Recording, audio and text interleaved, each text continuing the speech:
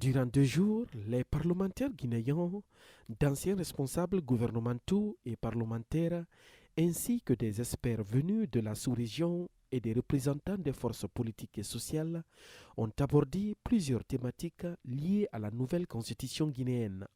À cette occasion, le président de la transition a invité les parlementaires à écrire une nouvelle constitution qui tient compte des préoccupations des Guinéens.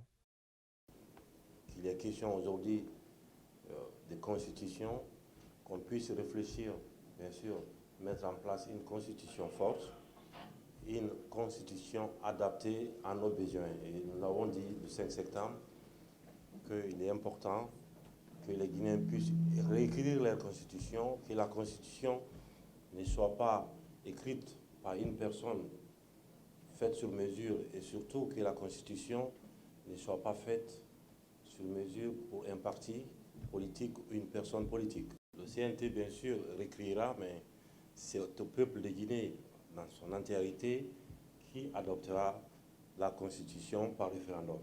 Avant l'organisation de ce symposium, des parlementaires guinéens ont sillonné tout le pays pour recueillir l'avis des citoyens sur le type de constitution qu'il faut pour la Guinée.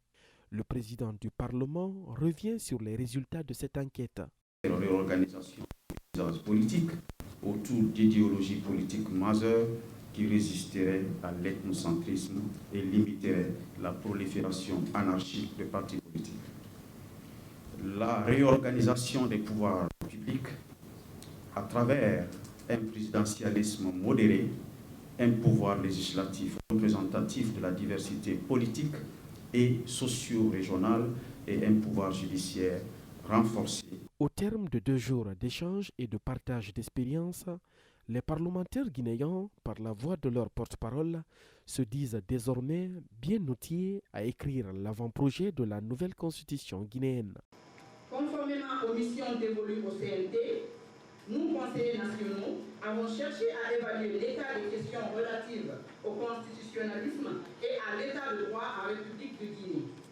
Nous sommes parvenus à la conclusion que la mission d'élaboration et d'adoption d'une constitution impose une double démarche inclusive.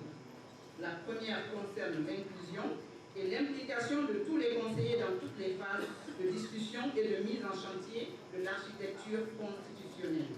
La balle est désormais dans le camp du Parlement de transition qui a la charge d'écrire la nouvelle constitution guinéenne.